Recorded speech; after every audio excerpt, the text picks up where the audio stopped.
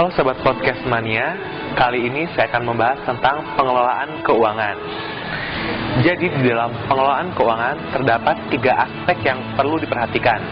Yang pertama ada sumber dana yang terbaik, lalu rencana keuangan dan pembelanjaan, dan yang terakhir ada penggunaan dana yang terbaik. Dalam memilih sumber dana, kita bisa mendapatkannya dari dalam dan dari luar. Kebaikan dari pendapatan dana dari dalam adalah dapat digunakan sewaktu-waktu, tidak ada kewajiban membayar bunga, dan tidak ada kewajiban untuk mengembalikan, karena itu merupakan dana kita pribadi. Lalu, sedangkan kebaikan dari luar adalah jumlah tidak terbatas, karena kita bisa meminjamnya dari bank, dan dapat diperoleh dari beberapa sumber, dan yang terakhir bersifat fleksibel. Selain itu, di dalam pengelolaan keuangan, kita bisa menggunakan kredit. Kredit adalah berasal dari bahasa Yunani, yang berarti kepercayaan. Tagihan yang dapat disertakan dengan itu, berdasarkan persetujuan atau kesepakatan pinjam-meminjam antara bank dengan pihak yang meminjam. Setelah kredit, ada syarat kelayakan kredit.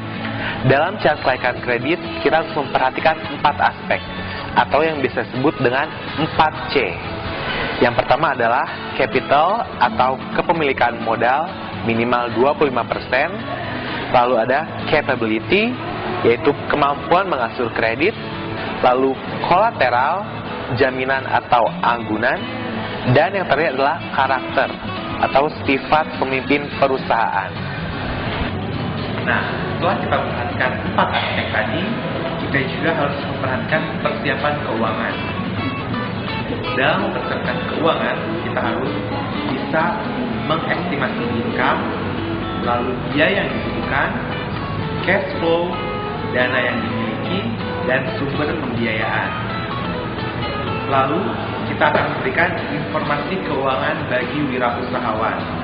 Yang pertama adalah pentingnya analisis rasio keuangan dalam perencanaan, lalu teknik dan penggunaan laporan keuangan, dan yang ketiga adalah teknik dan pendekatan untuk menetapkan cash flow, dan yang terakhir adalah teknik dan pendekatan untuk mengevaluasi anggaran modal.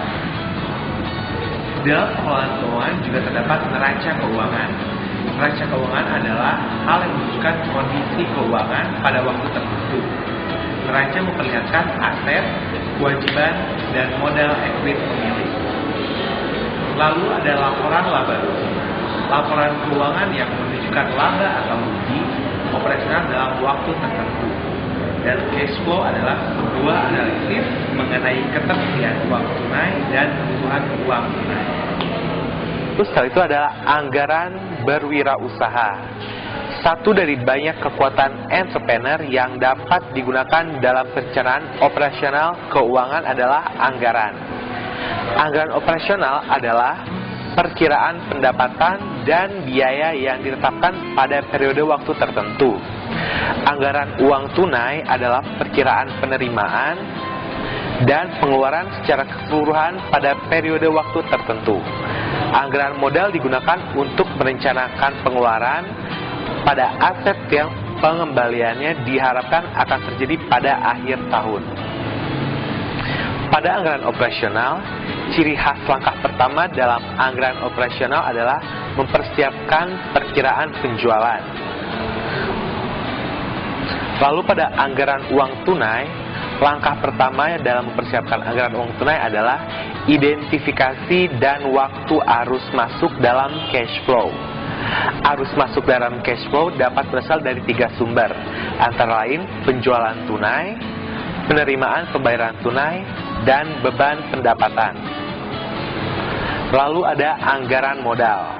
Langkah pertama dalam anggaran modal adalah mengidentifikasi cash flow dan waktu dalam arus masuk atau penerimaan adalah sama dengan pendapatan bersih operasional sebelum pengembalian keputusan pembayaran sumber keuangan.